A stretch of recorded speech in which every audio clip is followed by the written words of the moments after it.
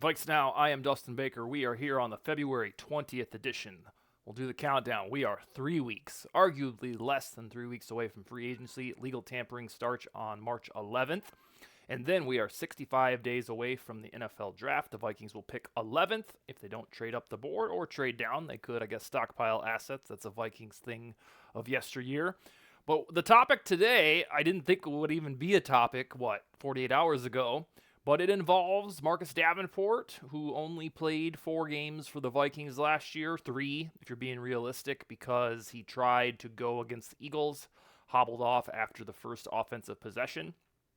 And when the guy played, he was quite good, but he hardly played at all. A high ankle sprain ended his season, and he basically vanished. Nobody ever heard from him again, and then there was some reporting to suggest that he milked the injury or he wasn't anxious to get back, something like that. So people don't really care for Marcus Davenport in these parts. But regardless, there was a lot of false outrage yesterday about the Vikings' maneuver to decide on his contract on March 13th. And it was like a big thing on Twitter or X where it was like, oh, Vikings are kicking the can down the road again. I can't believe it. And I don't understand why on earth that would be the reaction. So these next 10 to 15 minutes are going to explain why you shouldn't be melancholy whatsoever about Marcus Davenport's contract, being pushed 3 weeks into the future. So foremost, this was complete false outrage. There was no downside whatsoever. There was no kicking the can down the road financially on Marcus Davenport. But that's what we call it. If you pull up any, whether it's Facebook or Twitter, I don't know if they did it on Reddit, but if you pull up anything regarding the Marcus Davenport maneuver yesterday, it was crazy, doesn't know what he's doing. I can't believe we always do this, putting stuff off into the future. It implied that the Vikings decided yesterday that they're going to pay Marcus Davenport in 2027 a bunch of money. And that's just not the case at all. So let's get into this. The new deadline. So yesterday was the deadline that if the Vikings did not extend Marcus Davenport, then $6.5 million from his contract last year would solidify to the books this year. A dead money penalty, so to speak. It was a $13 million deal altogether. The way it was structured is a little bit more than half came off the ledger last year. And $6.5 million of it is going to hit these books. That's the way it was finagled initially last March, and it's gonna eventually probably be that there's gonna be that penalty, $6.5 million dead cap on the books. That's the way that the roster construction went last year. They wanted to have that money available for others to build out a team, which they did. So now we're kind of hitting this big judgment day on March 13th because that is the day when Danielle Hunter, Kirk Cousins, and Marcus Davenport, if they're not extended, then their dead cap portions will cement to the Vikings books forever, and then it will only be 1 year's worth of pain to look at those dead cap hits. But the moral of the story that will probably be repeated from these lips over and over is nothing changed about the amount of money that Marcus Davenport's dead cap hit will represent. Because you moved it from February 19th to March 13th, it's still going to be the same amount of dollars. And in theory, if Marcus Davenport came back, you could spread that $6.5 million over the duration of his extension. So I don't know why we ran with this idea that we kicked the can down the road. It was stupid and it was misleading. And hopefully this show will do its best to debunk it. There was absolutely no downside. It was like, all right, let's see if we can chat with this guy's representation a little bit more, and maybe he'll come back. But it wasn't a, boy, if they kick this into March 13th, they're really going to stick it to themselves. There was none of that whatsoever. It gives the Vikings flexibility. So here's the deal. I know most of you don't want Marcus Davenport back because the injury history reared its ugly head in 2023. But there is a chance that the Vikings reunite with him, and this is the path of which they would do it. So if there was any sentiment whatsoever from Kwesi Adofo-Mensah, from Brian Flores, Kevin O'Connell that said, hey, let's give Marcus Davenport another look next year, probably for cheap, that would have gone by the wayside yesterday if they did nothing. but they pushed this date out to March 13th so they have free, gratis flexibility. Nothing was penalized. There was no downside whatsoever for this date to go into March 13th. So now they have free agent flexibility. If they decide they don't want him back, who cares? It's still the $6.5 million dead cap that hits against the Vikings books in 2024. They did the same thing last year with Dalvin Tomlinson, and nobody cared.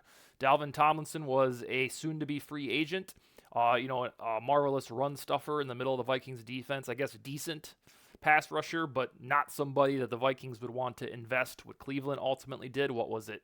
4 years, $56 million. They paid Tomlinson about $13 million per season, and that was just too rich for the Vikings' blood. But the takeaway here is the same tactic was used 1 year ago, and it was not controversial. It bought more time to see if there was a way that Tomlinson would be a little bit more affordable for these Vikings. He ultimately wasn't. He went to the Browns. That was that. I mean, it wasn't like, oh, I can't believe they did this. It was the same thing last year, and I think it's just because Tomlinson was more likable. We were like, oh, yeah, this is great. Let's see if we can get him back. Davenport is on the shit list right now, and so people were like, I can't believe they're going to try to bring him back and then kick money into the future. It just didn't quite make sense.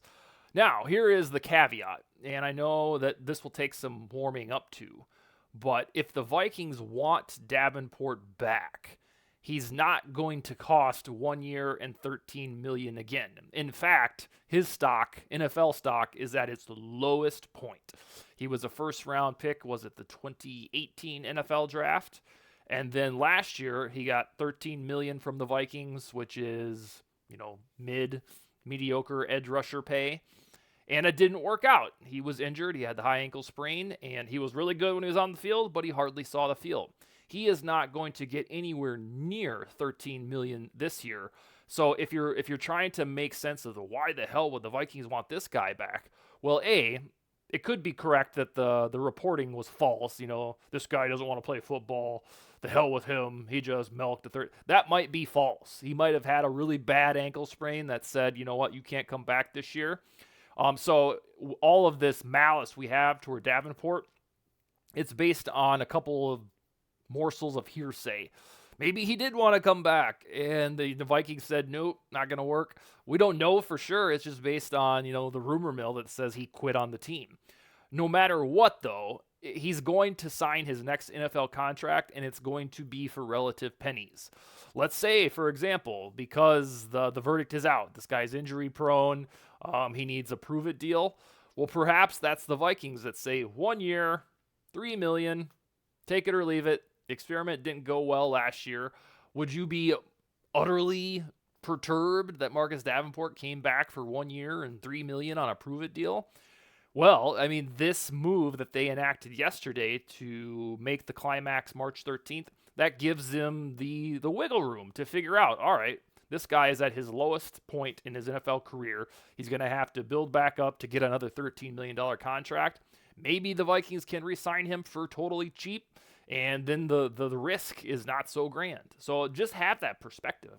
That might not change your opinion on Davenport whatsoever, but it's important to know the why. It wasn't flippant or whimsical. The Vikings were like, you know what? Let's just kick the can down the road. Ultimately, this purple team really needs edge rushers.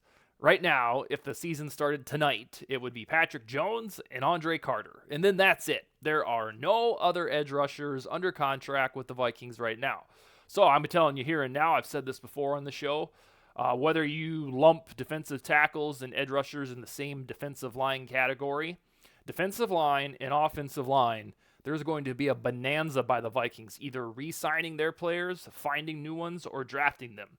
Because over half of all of the free agents right now are either offensive linemen or defensive linemen / edge rusher. So you would want the team to have all of the options available to get deeper at pass rusher. Indeed, if Danielle Hunter is re-signed, then the anxiety about edge rusher is cut specifically in half. But you're still going to need another guy, whether that's drafting Dallas Turner, signing my guy Bryce Huff from the Jets. No matter what in this offseason, you're going to see assets, investments in defensive line personnel, defensive tackles, and edge rushers, and keeping the door open on Davenport for cheap shouldn't be considered this ruthless doomsday, thing to seize upon. If you can get Davenport back for $3 million in a prove-it deal, I would consider that a win. I mean, the kicker is you don't want him back at $13 million, which he's not going to get from anywhere. So at the end of the day, you have a football team that desperately needs edge rushers for the 2024 season that kept its window open, chatting with a pretty good edge rusher when he's healthy in Marcus Davenport. A couple other things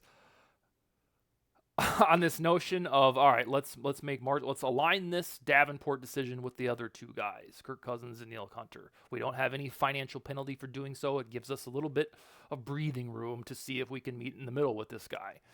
That's what happened. So I ask you, who cares if they decided to cut ties right now or March 13th? The same thing with Dalvin Tomlinson. If Davenport ultimately walks, nothing changed about what the Vikings did yesterday.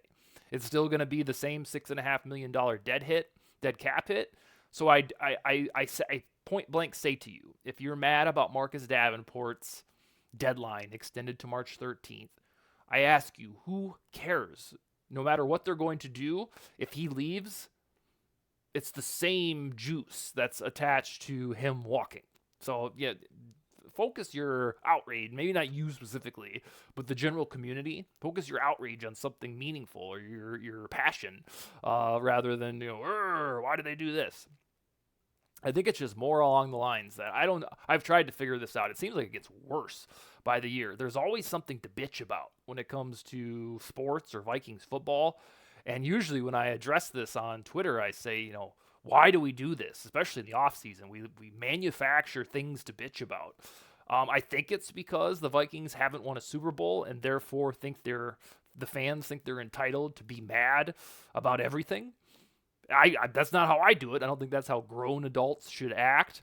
But I think that's a license by Vikings fans to decry a lot of things that most fan bases wouldn't because they haven't won a Super Bowl. That doesn't make sense to me, but that's what you have to settle on to understand it. So I would say on the whole, if you're trying to understand why would people be upset about Marcus Davenport's deadline moved to March 13th, it's because we're always trying to find something to bitch about and to be unhappy about. It's like thrill seeking in the weirdest spot. Why would you find it thrilling to be mad about something? Not what I do and probably not what you do, but there are people that do it because it feels like a sport. It's really strange. All right, tomorrow we'll be back with Thor Nystrom. He was on last year on VikesNow. Josh Fryer going to talk to him. I'm going to ask him about running back, WR3. I think Josh will pick his brain about quarterback. I think Thor is one of the leaders of the J.J. McCarthy army that says, hey, this guy's going to be good. So hopefully we'll get his takes on that. But that's all we got for Tuesday, February 20th. Skol, baby.